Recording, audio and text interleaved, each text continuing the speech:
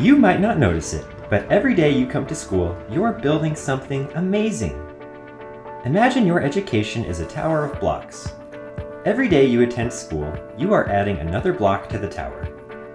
Each block represents learning, growth, and new experiences.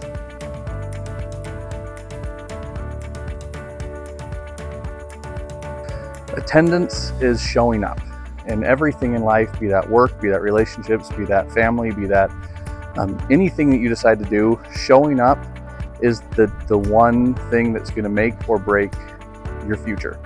And that's what attendance really means. And we have the opportunity now to practice that in schools, is we get to practice showing up and showing up on time. And attendance is so critical and so important because there is important learning that happens every single day. And when kids are here, they're engaged in class, they're learning their classroom standards, and it's helping them to learn and grow and progress. I think it's important to go to school because you get to see all your friends, and it's good for your citizenship because if you miss school, that affects your citizenship.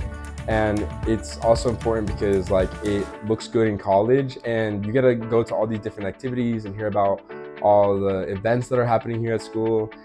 The more days you attend, the stronger and taller your educational foundation becomes. Missing school means missing out on important building blocks. If you miss too many days, your educational foundation can start to weaken and potentially even collapse.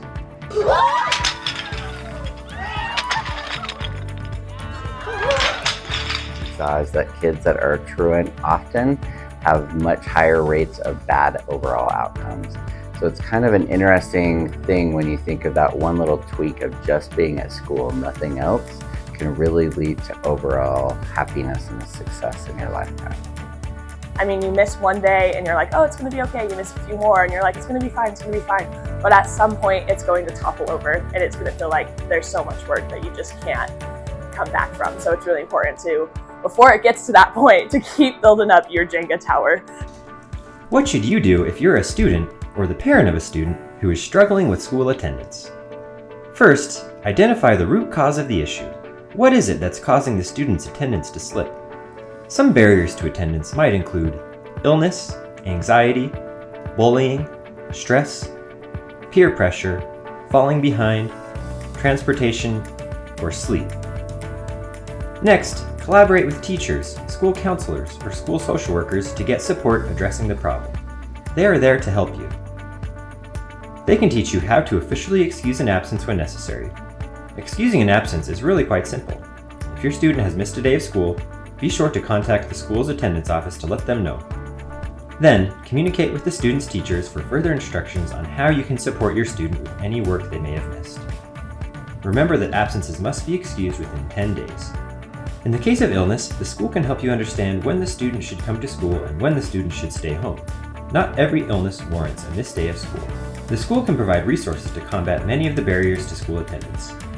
In the case of anxiety, it's important to know that anxiety is real. It's always okay to seek support, to not get it perfect, to have a bad day, to take a break, to make mistakes, to ask for help, and of course, to talk about it. Set goals and offer incentives to encourage the student to begin regular, consistent school attendance. Work on establishing a routine that involves regular bedtime and wake-up times, as well as consistent time to work on homework. If your student is struggling with coming to school, it would be great for you to work with the school, communicate with the school, and work with the social worker. They are great to work with, and we want your kids to be here at school. A lot of times parents have kids at home for various personal, medical, social, emotional, mental health reasons, which we understand. It's crucial though that families understand that we can be a resource in all of those areas. What we want is parents to reach out to the schools, specifically to the counselors and the attendance office, and be open with us, share their needs, share their concerns, so that we can work as a team with the family to provide them resources.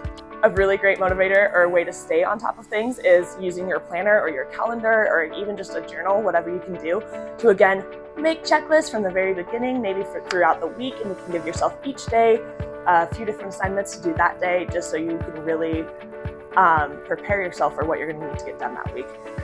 You know, one thing we've seen recently is an increase in uptick in just overall anxiety of showing up. And I certainly understand that. I think we all have experienced that, where we just don't want to go to work or go to whatever it is sometimes. But the thing that we know is the more that you hide from those things, the worse it gets. Anxiety can be so bad that it'll eat you from the inside. And so that honestly too is just getting out of bed and coming straight to school, even when you're not feeling it, is such a powerful first step. So in order to excuse an absence, they would need to know the attendance line phone number, and they would also need to know the email for the attendance office. And those are the two best ways in order to excuse a student. I think primarily just parents recognizing and realizing that they do have 10 days to excuse an absence. That seems to be a confusion for a lot of parents. Unless there's a medical reason, we have medical notes.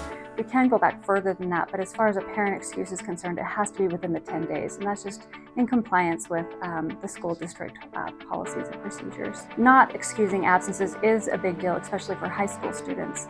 And the main reason is because moving forward, if they don't have a 3.0 citizenship average, they are unable to walk at graduation. Students who have a stronger educational foundation when they finish elementary school are more likely to have success in junior high and high school. And students who graduate high school with a stronger, taller educational foundation are more likely to have success in whatever they choose to do with their lives after high school. Remember, every day counts. Build your tower, build your future. See you at school.